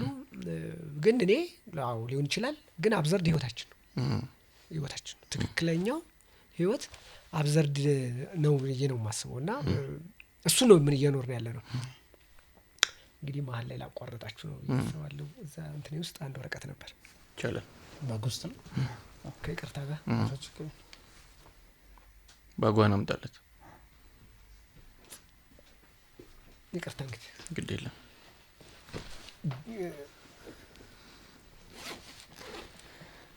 ለምን እንትን እንደምንለው አላውቅም እንጂ እንግዳ እንደሚሆንብን ግን አባቶቻችን ልበል ወይም አያቶቻችን ግን በደንብ አድርገው ተቀኝተውበታል። እሺ ያኔም ነበር እና ገርሞኝ ነው ይሄንን እንትን ያገኘሁት። አብዘርዲቲ በግጥሞቻችንም ነበሩ የሚል ነው ለኔ ሐሳብ። ምን ይላል ግጥሙ? ምሽቴንም ጎንትላት መሬቱንም ይኸው በሬን እነሆ ማሳዬን ረሰው የምኖርበትን ቤቴን አታፍርሰው። ከዚህ በላይ እንግዲህ ምን ቀርሶት ነው? ሚስት ከተወሰ መሬት ያው ሚስቱን መሬቱን በሬውን ማሳውን የምኖርበትን ቤቴን አታፍርሰው። ከዚህ በላይ አብዘርዲቲ ያለ ይማን ነው? በቃ የሰነ እንደሰነ ቃል የህዝብ አዎ ተብሎ ይገርማል በጣም አየ። ስለዚህ ተብሏል አሉን ማለት ነው። አልሰየምነውም እንጂ አዎ እሱን ነው የምልህ። እና እኔ ይሄን ግጥም ሳይ ልክ በቃ ይሄ ነው ከዚህ መጽሐፍ እኔ እንትን አስቤው መጽሐፍ ሳየው በቃ አንድ እና ያን ያህል የተቀኙበት። አሁን ይሄ እንግዲህ የተባለው መቼ ነው አይደል? እንግዲህ ዘመኑን ቁጠረው። ከዛ ዘመን በኋላም እኛ ይሄንኑ ነው የምንኖረው። ታዲያ የሚመጣው አላለፈ የተደገመ ነው። ምንም ልክ ይላልም እኮ ለነገሩ ሰለሞን እኮ ይላል እኔ እንደውም አልበርት ካሙ አይደለም የጀመረው ብዬ እኮ የምሟገተው ለዛ ነው። አብዘርድ አብዘርድ ሰለሞን ነው የጀመረው። አዲስ ነገር የለም ብለ እና የሚደረገው ነገር የተደረገ ነው ይላል ቃል በቃል። የሚደረገው ኢቭን እንግዲህ ወደፊት እኮ ነው የሚመጣው ማለት ነው። አዎ እየነገረ የሚደረገው ወደፊት የሚደረገው የተደረገ ነው ቃል በቃል። ሴቶችን ካገባ በኋላ ነው እሱ። አንተ አንድ ሴት ማግብተ አብዘርዶ ነው ባል እንኳን ይገርማል። አዎ እና ላይ ህይወት ትክክለኛው ህይወት የተቃርኖ ህይወት ነው የምለው ለዚህ ነው። ያ የተቃርኖ ህይወት ደግሞ አብዘርዲቲ። ስለዚህ ህይወታችን ይሄ ነው የሚመጣው አልፏል። ያንን ነው ያው ሙሉ በሙሉ ህይወት አብዘርድ ናት ብላ ነው የምታስበው ነው ሙሉ በቃ እንደው ናቹራል ነው ብዬ ነው የማስበው ነው። አሁን አንተ በዚህ እድሜ እንደዛ ብትሞግትና እንትን ብትል ልክ ነህ ባንተ እና ለምንድን ነው ማንቀበለው? አንደኛ ተስፋም የለንም እያልከን ነው ነበር ከዛኔ አንዱ ሲነካል እና የለንም የሚል ነው ግን አይደለም። ምንድነው የኔ አቋም? ተስፋ እንዳትቆርጥ ተስፋ አታድርግ የሚለው የንጉሱ አማካሪ ማለት ነው። በጣም ህዝቡ እሱ ጋር ይደርስኩት ተስፋ የሚቆርጠው ተስፋ ስለሚያደርግ ነው። ስለዚህ እንደውም እኔ ተስፋ እንዳትቆርጥ ተስፋ አታድርግ እንጂ ተስፋ ቁረጥ አይደለም ሲጀመርም። አዎ እና ተስፋ ካላደረግ ለምን ተስፋ ትቆርጣለህ? ስለዚህ በደንብ ትኖራለህ ማለት ነው። በቃ አጣጥመሃት ህይወትህን። ተስፋ የምታደርግ ከሆነ ግን ትሰበራለህ ነው በቃ። ተስፋ ብቻ ከሆነ የምታደርገው ትሰበራለህ። ለምን ያው ኢትዮጵያ ውስጥ ተስፋ አድርገን ጠብቀን ግን የነበረንንም ነው ጭራሽ የምናጣው። እንደውም የነበረውን ጭራሽ አተን የባሰ ነው የመጣ የምናገኘው። ስለዚህ ተስፋ አታርግ፣ ተስፋ እንዳትቆርጥ። ግን እኮ አንዳንድ ተስፋ የምናደርጋቸው ነገሮች እውን ሲሆኑ ደግሞ እናያለን። ለምሳሌ እኔ ተምሬ መመረቅ ጎሌ ነበር። ተመረቅኩ፣ አንድ ነገር አሳካው። ስለዚህ ሙሉ በሙሉ ህይወት አብዘርድ ናት እንዳልል አንዳንዴ ደግሞ ሪያሊስቲክ ሆናም እናገኛታለን። ስለዚህ ህይወት ራሷ ህይወት አይደለችም ወይ? ለምሳሌ ከቤት ስትወጣ ደምኖ አየሩ ጨፍግጎ ሊሆን ይችላል። ዝም ብላ አትወጣም ወይ? ጃኬትን ትደርባለህ፣ ጥላ ልትይዝ ትችላለህ። ሪያሊስቲክ ሆንክ፣ ተዘጋጀ። መንገድ ላይ መኪና ቢገጨኝ ምናምን ልትል ትችላለህ። ህይወት አብዘርድ ናት። ማይሆን ነገሮች ድንገት ሊፈጠሩ ይችላሉ ወዘተ። ግን የምትችለውን ያህል ተስፋ ታደርጋለህ፣ ትጥራለህ። ጥላህን ይዘህ እንደወጣው እግሬ ቢሰበረስ ብለህ ከዘራህም ደግሞ ይዘህ አትወጣም። የምትጠነቀቀው የቻልከውን ያህል ነው። የምትኖረውም የምትሞክረውም በዛ ልክ ነው። ስለዚህ ህይወት አብዘርድ ብቻ ወይም ኤግዚስቴንሽናሊዝም ምናምን ወዘተ ሳትሆን ራሷ ህይወት አይደለችም ወይ? እነዚህ ከዛ ውስጥ ይወጡ አይደሉም ወይ? አብዘርድ ሌላም የምንላቸው። አዎ ያው እኮ ነው ዞሮ እኔ ያልኩትን ነው እያልክ ያለሁ። እነሱን ነው የምንኖረው፣ ግን እሱ ራሱ አብዘርድ ነው ራሱ የምትለው እንደሱ ነው። ታይና እሺ ተመረክ ምናምን ካንተ በፊትም የነበረ ድሮ የነበሩትም ተምረዋል፣ ተመርቀዋል ማለት የማይደጋገም ላይፍ ምንም የለም ምንም ነገር። አንተም እኮ እንደዛው ነው ሆነ ከዛ ወይኔ እድሜ ጋር ስትደርስ እና ዜን ኋት ትላለህ እና እሺ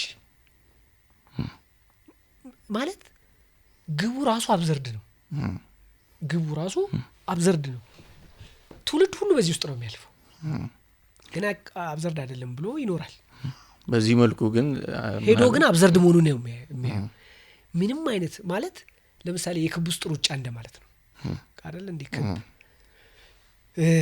አንድ ግጥም አርነት የወጡ ሀሳቦች ውስጥ አይተው ከሆነ ሰው ቢሮ ውስጥ ስላገኘሁት አገኘሁት የራሴን ግጥም ለጉዳይ ሰው ቢሮ ስገባ ለጥፎላል እንደዛ አይደል? አስቆይ ነው ገርወይ ቀንደ ማንኛውም ሰው ግን ለምንድነው ይሄ አንተ ግጥም ምናምን ቢዝ እንትን አይ የኔን ህይወት ስለምትገልጽልኝ ነው እቺ ግጥም አንተ ጻፈው እንግዲህ ቢሮ ስለጥፎ ከዛ ስለምትገልጽልኝ ነው ስሜም ከታች ያለ ያው ጽፎታል። እና ምንድነው ግጥሙ? እንጀራዬ ክብ ሆነና አጣሁኝ መነሻ አጣሁኝ መድረሻ የሚል እና እሺ ላይፋችን ይሄ ነው። ላይፋችን የክብ ውስጥ ሩጫ ነው። ግን ደግሞ እንደዛ እንድንሆን እንደሆነን ተፈጥረናል። ስለዚህ ያቺን ሩጫ ትሮጣለህ። ስትሮጥ አብዘርዲቲን እየካድክ እውነታን እየካድክ ብዬ ነው እኔ ማሰብ እየካድክ ምናምን ትሮጣለህ። ያምንንም እንድታደርግ ሆነ ነው የተፈጠርከው። ግን ሄደ የምትደርስበት ግን በኋላ ላይ አብዘርድ ህይወት ነው። ወይም ደግሞ ሩጫው መነሻም የለውም መድረሻም የለውም፣ ክብ ነው። ሄድክ መጣህ፣ ልክ ቅድም እንዳልኩት አይነት ጥያቄ ነው ሆኖብህ የሚመጣው። ለምን እንደመጣህ ሳጠይቅ መጣሃል፣ እዚህ ምንድን ትኖራለህ። ከዛ በኋላ ሄደ አረ ዲግሪውንም ሰብስበው ማስተርሱን የሚያዘው ምንም የሆነ ደግሞ ህይወት አንደኛ በግል ብቻ ቢታይም አይደለም ለኔ። አሁን በአንተ እድሜ ያሉ ወጣቶች በጦርነት ያልቃሉ። አየህ አንድ ብቻ እንትን አይደለም ትክክለኛ እሱ የሱ ሞት ያንተ ሞት ነው። እና የፈለገሽ ጊዜ ራስ ወዳድ ብትሆን በቃ ተፈጥሯችን የሚያፈቅድማ ምንም ብትሆን ምቾት አይሰማ በቃ ተዝናኖት እና የሆነ እንደውም ተስፋ በቃ ይኮ ተፈጥሮ ስለሆነ ተስፋም አይሰማ። ያንተ ባቾች እንዳለ ሲያልቁ ስታይ አካሙ እኮ ዝም ብሎ አይደለም ማለት የተነሳው በቃ ሰከንድ ወልዷል የፈጠረው ቀውስ ነው አይደል? እነዚህ ምንድነው ትርጉሙ? እና የግል ይሄ አሁን የቀን በቀን ህይወትህ ብቻ ያንተ የግል ላይፍ ብቻ አይደለም፣ ግን ያንተንም የግል ላይፍ ይነካል። በአሁን ኢትዮጵያ ውስጥ የሚሆነው ነገር ያንተን ህይወት ይነካል። ስለዚህ ያንተ ህይወት አብዘርድ ውስጥ ይሆናል ማለት ነው። የነዛ ሰዎች እንደዛ መሆን ትርጉም ታጣበታል። ትርጉሙ ምንድነው ብለህ ስትል ትርጉም የለሽ እንደሱ እና አገኘው ገንዘብ ኖሮት እኮ ምንም ትርጉም ያጣ ሰው እኮ አለ። እና ለኔ የሆነ የተስፋ መቁረጥም እኮ ስሜት አይደለም፣ እንደዛ አይደለም። እኔ እንዳውም ሰው ተስፋ እንዳይቆርጥ ነው ተስፋ ማድረግ የሌለበት የሚል ነው የሐሳቤ። ተስፋ አይቆርጥም ተስፋ ካላደረገ። ስለዚህ ኑሮውን ይኖራል። ያ ተፈጥሯዊ ደግሞ ላይፍ ስለሆነ እንደ ሳይክሉን ዞሮ በቃ ይሄዳል ማለት ነው። ዙሩን ጨርሰ መሄድ ነው። ምናልባት ተስፋ እንዳትቆርጥ ተስፋ አታድርግ የሚለው ሐሳብ ላይ ስንመጣ ከእንስሳ ምን ሊለየን ነው ታዲያ? አሁን ነገን ማሰባችን፣ ነገን መናፈቅ፣ ለነገ ማቀድ እንዲያርግ የሚሉ ነገሮችን ስናነሳም ነው ሰው የተባልን የተለየ ነው ብዬ አስባለሁና እንዲሁ ደስ ይላል እኮ ሆኖ መኖር ብቻ ተስፋ ሳላደርግ እየበላው እየጠጣው በኖር ደስ ይላል። ግን ደግሞ ህሊና አለ አይደል የሚጠይቀው የሚያስበው ምን የሚለው እሱንስ እንዴት እናሳርፈዋለን? ምናልባት መልስ ላይ ነው ይችላል። አዎ ግን እኔ አሁንም ወደ ባታዳችሁ እሱን ነው እሱን እኮ ከማድረግ አያግድም። አሁን ያልከውን ታደርገዋለህ እኮ እሱን ስታደርግ ግን ህይወትን መሰረታዊ ለውጥ ጠብቀም አይደለም እና ደግሞ ሊሆን አይችልም። ግን አንተ መታሃል በቃ እኮ ምንም አርግ ምንም ወደድክም ጠላህም አለህ እዚህ ምድር ላይ እስካለህ ድረስ መኖር ግዴታ ነው። የተጣለብህ ዕዳ ስለሆነ ማለት ነው። ልክ ካሙ እንደሚለው ማለት ነው አይደል? ለምሳሌ ሱሳይድን አይደግፍም ማለት በቃ እኮ ትክክል ትኖራለህ እኮ እንዳልከው ታቀዳለህ እኮ ምንም እኮ ችግር የለውም። እሱንም እኮ እንትን አይልም። ታቀዳለህ፣ ታደርጋለህ፣ በዛ ቅድ ውስጥ ታልፋለህ። ግን ማንኛውም ሰው በቃ የተጫወተው ሚና ተጫውተህ ነው የምታልፈው ነው። ምንም አዲስ ነገር የለም። ምንም አዲስ ነገር የለም የምትፈጥረው። ኢቭን እስቲ አሁን የህይወት ቴክኖሎጂ ኮረቋለሁ አይደል? ብዙ ነገር እንደዚህ ነው ይባላል። ግን የህይወት መሰረታዊ ለውጥ አልመጣው። እሱን ነው የምልህ።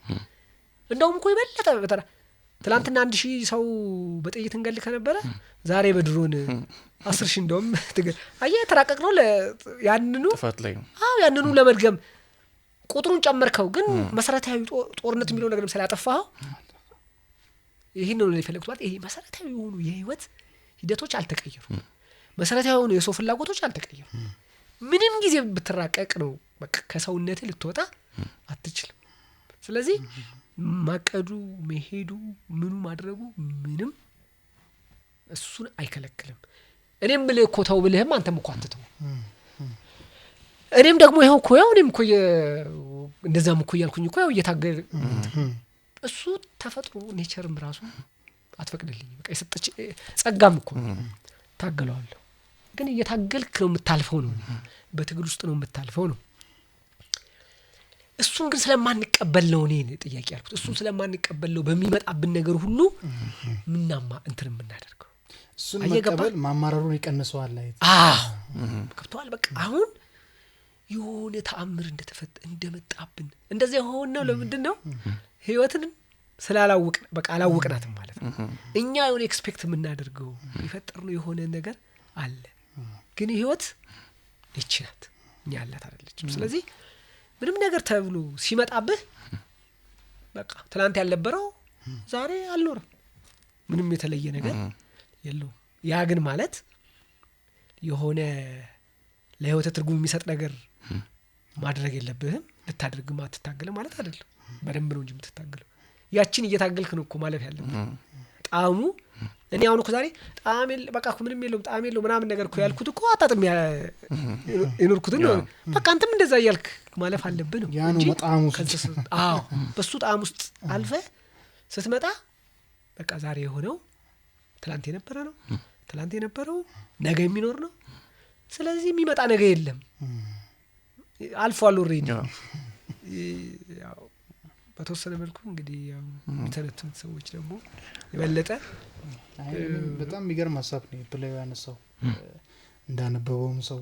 ከዛ ደግሞ የሆኑ ገጸ ባህሪያቶችን ሆኖ ለመጫወት እንደሞከረ ሰው ሳይሆን መጀመሪያ ላይ እንዴት ነው ያልኩት መጀመሪያ ሳነበቡና ይሄ ነገር ግን ስለው ነበር ለሱም ራሱና አሁን ተነፈስኩኝ ትንሽ ጥያቄዎችን ሳነሳለን። ከዛ ይሄ ቅድም አሁን ያልከው ገለጽከው ነገር አጣጥሜ ያለፍኩትን ነገር ራሱ ጣዕም የለውም ያልኩት እሱ ነው ጣዕም ያልከው ነገር ሲሆን በደንብ መልሱን ሰጠኝ። በነገራችን ላይ በዚህ ፕሌይ መጀመሪያ ያው አንዳንዴ የሆነ ገንዘብ ሲገኝ ታውቀዋለህ፣ ግቢ ላይ 3ኛ ዓመት ተማሪ ነበርኩና መጽሐፎች ልገዛ ሄድኩ ለጋር ሮማን ደንበኛ አይነት ሮማን ተወልደ እሷ ናት ፕሌዮች ትወዳለህ መሰለኝ ብለህ ይህም መጽሐፍ ሰጠችኝ። የዳዊት ጸጋዬ ይባላል። በጣም ምርጥ መጽሐፍ ነው፣ አንብበው። እሺ ብዬ ሌሎችንም አንድ ላይ ገዝቼ እዛው ፊት ለፊት ስቴዲየም ጋር ታክሲ የጠበቅኩ ወደ 4 ኪሎ ለመሄድ ጀመርኩት። እስክደርስ ድረስ ታክሲ ውስጥ ምናምን ያነበብኩት የተወሰነ ሩብ ገጽ ያህል አንብቤዋለሁ። ገባው ቁጭ ብዬ ጨረስኩት በዛው ምሽት። ለጓደኞቼ የሰጠኋቸው እነሱ ምናምን የተቀባበልን በጣም አነበብ ነው፣ ደጋገም ነው፣ ጉድ አለን። እንደዚህ አይነት ፕሌይ ነበር ስንፈልግ የነበረው። ታክቶናል፣ ትርጉም ነው ግቢ ውስጥ ብዙ ጊዜ የሚሰራው እኚህ ክላሲካል ተውኔቶች ምናምን እና ከረጅም ጊዜ በኋላ እንትን አገኘው አፈላልጌ አዳፕት አድርገን የምንሰራበትን ሁኔታ ምናምን አወራን። ስጠይቅ ግን እኔ የተሰራ ነበር የመሰለኝ። የሆነ ሳጣራ ምንም መረጃ ባላገኝም ይሄን የመሰለ ፕሌይ የትኛውም ማዘጋጅ አይቶ ያልፏል ብዬ አልገመትኩም። ግን አልተሰራም። እንዴት? ለምን? እኔ እንግዲህ ባልጠበቅኩት መንገድ ትርጉም ያው ተሰጥቶታልና ሊኖረው ይችል ይሆናል ያሉት። ግን እኔ አርት መሆኑን ነው የማውቀው። ምንድነው አንደኛ አሁን እዚህ ውስጥ ያለችው ሀገር አልተጠቀሰችም። እንደምታውቁት አንዱ ፕሌዩ ደግሞ አለማቀፍ ልዩ የሚያደርገው ሞደርን ክላሲክ ነው ብሎ የጻፈበት ሰው አለ። ከኔ ይልቅ ሀያሲ ቢያወራ ይሻላል ብሎ እንደዚህ ነው። እና ምንድነው ገጸ ባህሪያቶቹ ስም የላቸውም። ንጉሱ፣ አማካሪው፣ ንግስቲቷ በተግባራቸው ነው የሚገለጹት እንጂ ማናቸውም ስም የላቸውም። የሀገሪቱ ስም የለም። ዩኒቨርሳል እንዳለው ለማድረግ ነው የተፈለገው። ግን ከወቅቱ ጋር ልክ ሚካኤል ሲፈራው እዛ ላይ ሲገበገብ እንዳለው ከወቅቱ ጋር በደንብ ተጣጣመ። ከሀገራችን ፖለቲካ ጋር አሁን ካለው ጋር ተጣጣመና በቃ ንጉሱንም ጠቅላይ ሚኒስትሩ ናቸው መባል ተጀመረ። ክልና መስጠት በደንብ በቃ ራሱ ነው፣ በቃ ራሱ ንጉሱ እሱን ነው። አንተ ግን ቀደም ብለህ ነበር እንደውም ጻፈን ሁሉ ነገሩ እንትን አደረገ። ተመሳሳይ ነው የሚል ነገር መጣና እና ፈሩ ማለት ነው። ብዙ ሰው ፈራው። ያው እናንተ ግን ደፍራችሁ ነበረ። የተዋወቅ ነው በዚህ መጽሐፍ ነው እንዳልከው መታናገርከኝ ይላል። ግን እኔ ደግሞ ተደሰትኩ። ምክንያቱም ከምንም በላይ የሚመጣው በቃ ትውልድ ኔክስት ትውልድ ጋር መድረስ መቻል ለእኔ አንዱ ግብ ነው ብዬ ስላሰብኩ ደስ አለኝ። ዩኒቨርሲቲ ተማሪ መሆኑን ሲነግረኝ እንደወደደውና ቃል ሰራው ነው አለኝ። እኔ ደግሞ በጣም የበለጠ አበረታታሁት። ይሄው ቻሌንጅ ያው እናንተ ጋር መጣ። እዚህ መናገር ማለት እንትን ማለት እናንተም ሄዳችሁ ቆማችሁ ይሄው አሁን ያልኩት ነገር ጥርጣሬ ውስጥ ስለገባ ያው እናንተም እንደውም አንዳንድ ጊዜ እንስለው ግድ የለህም እንደ ታሪክ ሊኖርህ በቃ ታሪክህ ሊሆን ወይ አብራችሁ የምትሰሩት ታሪካችሁ ነገ ወጣትነት ላይ የምታወሩት ታሪክ ይሆናችኋል። ደፍራችሁ ስሩት። የሚመጣውንም ዋጋ እንደውም እንክፈል አንድ ላይ ብዬ ተባብለን ነበር እና በቃ እኛ እናደርገዋለን ብሎኝ ነበር እና ያው ግን አልሆነም። ከዛ ደግሞ ወደ ራሔል ተሾመ ጓደኛዬም ናት። አብረንም የስነ ጽሁፍ ኮርስ በ90ዎቹ ነው አብረን ወስደናል። እሷ ደግሞ በዚህ ወቅት ጥሩ ቦታ ላይ ያለች ብሔራዊ ቲያትር ስለነበረች ተገናኘንና ሰጠዋት። መጀመሪያ ምሳሌ መጽሐፉን አየችው። እሷም ልክ እንደናንተ ወደደችው። እሰራዋለሁ አለች። ጎበዝም ልጅ ነች፣ ደፋርም ስለሆነች በዛ ላይ ችሎታውም አላት። የሶቅራጥስን ባዶ እግር አሁን ደግሞ 12ቱ እንግዶች እና በቃ እኔ ለዛ ነው መርጬ መስዋዕት እንድትሰራው በቃ አለች። በጣም ትልቅ እንትን ነበረ ያቀደችው ፕሮጀክት፣ ትልቅ ፕሮጀክት ነበር የተያዘለት በነገራችን ላይ በፋይናንሻልም እንደዚህና ብዙ ሄዳ ተዋናይ ምልመላ ሁሉ ውስጥ ገብታ ብዙዎቹን ጨርሳ ዋናውን ራሱ ሰው ጨርሳ አይረሳኝም። እዛ ብሔራዊ ቲያትር ውስጥ ያለ ልጅ ነው ንጉስ ሆኖ ነው የሚሰራው ተብሎ ሚኪያስ ተስፋዬ እና ልክ እንትና ጋር ሲሄድ ራሔል ጋር ሲሄድ ያው እሱ እኮ ነው ስትለው መጥቶ እንዴት እንዳቀፈኝ ክፍ አድርጎ አደሳለ እኔ ነኝ ንጉሱ የምሰራው አለና ይሄን እኮ ስራ ብሎ እሱ ለስራው ያለውን እንትን ነው እና እኔ ማንም ይሄን ነኝ የምሰራው እና በጣም እንደወደደው እንትን አለኝ። በቃ ያኔ ጥሩ ተስፋ ነበር እና እሷም ጥሩ ሄዳ ነበር የተወሰነ ከነ ምስራቅ ጋር ሙሉ እስከ መነጋገር ደርሳ ነበር።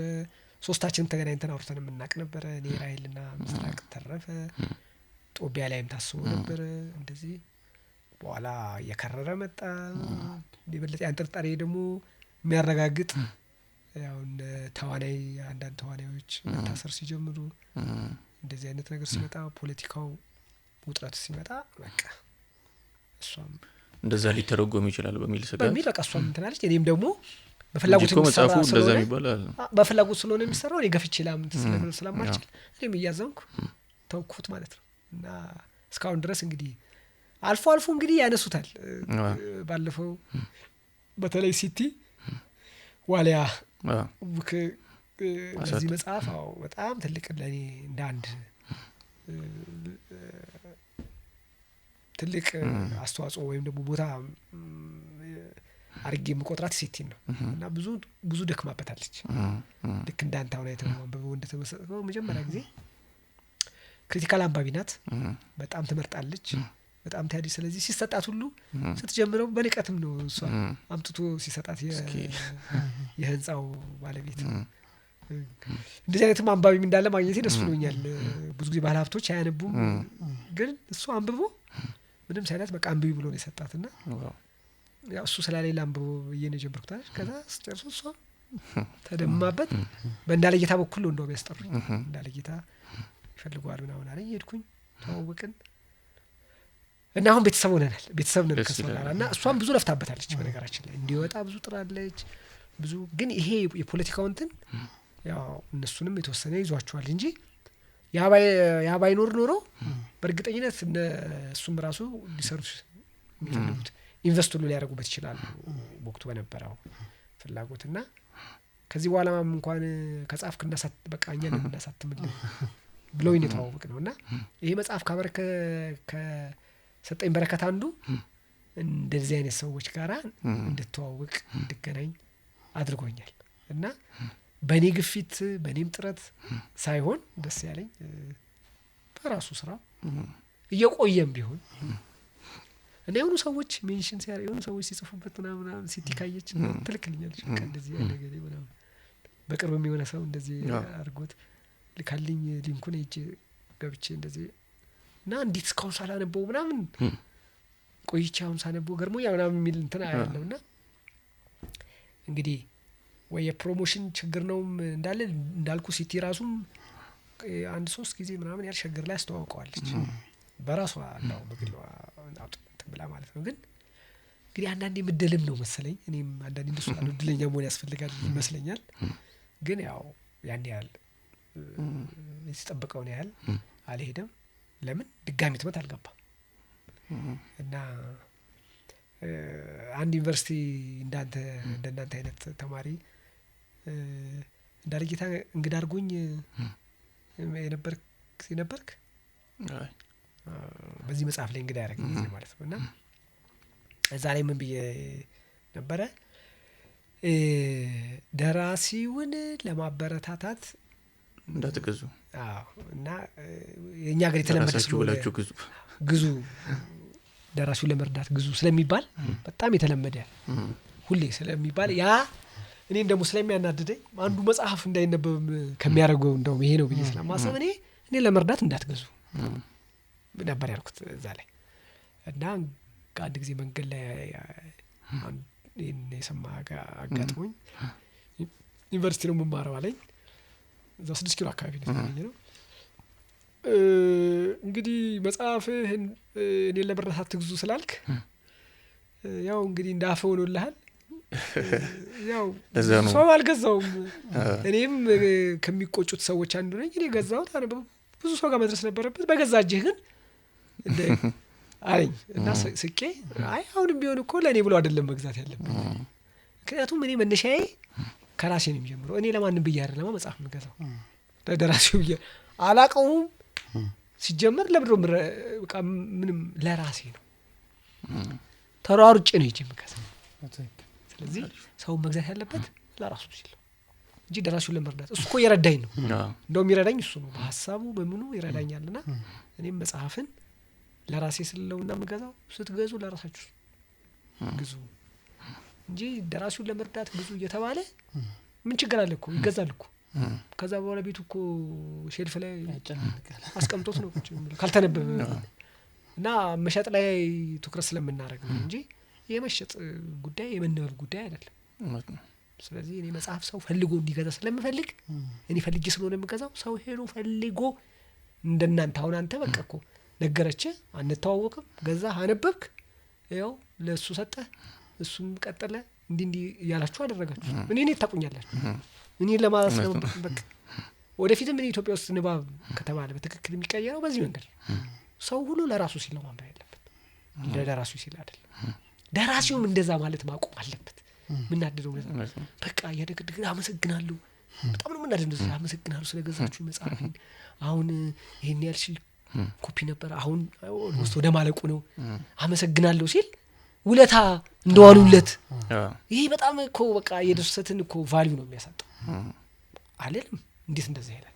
ውጭ እኮ ለደራሲ የምታውቁት ነው ያለው ቦታ እሱም ቦታ ነው ይዞ ምንም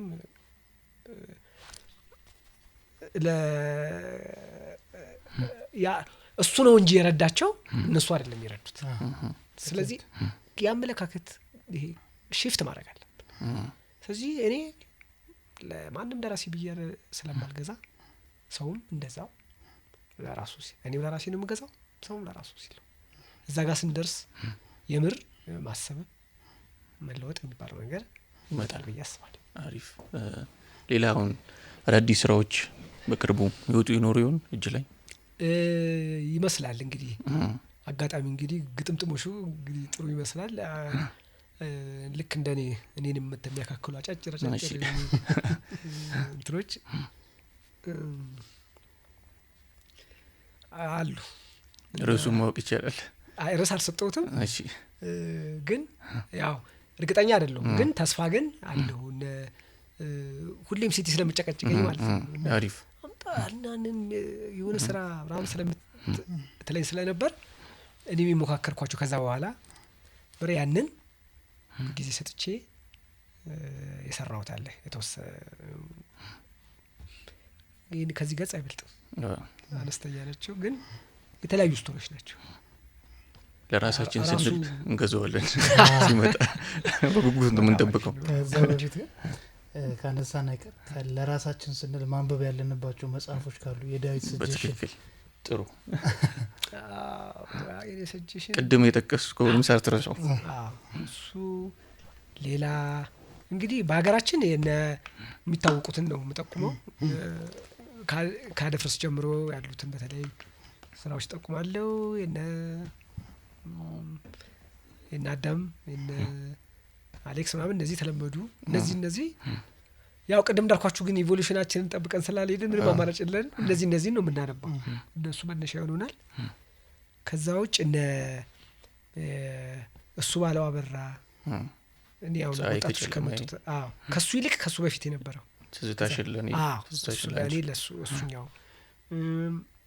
የሌሊሳ ስራዎች ሁሉም ማሰብ እንድንችል የሚያደርጉን ስራዎች እነዚህ የቦቄ ስራዎች አሪፍ በጣም እና እነዚህ በተለይ ግጥምን ስናይ እነሱን የቦቄን ግጥሞች የነደበበ ሰይፉ እነዚህን ብናነብ ከተሰጧችን ጋራ በደንብ ይለውጣል ብዬ አስባለሁ። ውጪዎቹም ያው የተለመዱት የነ ኒቼ ስራዎች የሚመስጡኝ ጋድስ ኦን ዘ ትራያልስ የሚለው የደራሲው ጠፋኝ ኤሚል አይሁዳዊ ነው፣ ብቻ እንደ አይሁዳዊ ነው። ጋድስ እግዚአብሔርን በፍርድ እንትን ላይ የሚያቆም የሚገርም መጽሐፍ ነው። ዛራቱስትራ የሀገራችን ደግሞ እንደ እሱ አይነት ግርባብ በጣም ጥሩ በቃ ያንን ያስታውሳል። ግርባብ የሚል መጽሐፍ አለ። ፈቃዱ አየለ ለጊዜው ይበቃኛል። እነዚህ አሪፍ ጨረስን። ዳዊት ወደ መጨረሻው ደርሰናል። እጅግ በጣም እናመሰግናለን የአርት ፕላስ እንግዳ ስለሆንክ። እኔም ከእናንተ ጋር በቃ ከወጣቶች ጋር ያው በጉልምስና ይሆናል ከወጣቶች ጋር የማውራት እድል ስላገኘው በጣም አመሰግናለሁ። ብዙ ደግሞ ከእናንተ ጠብቃለሁ። እኔ ክብረት ይስጥልኝ። እናመሰግናለን።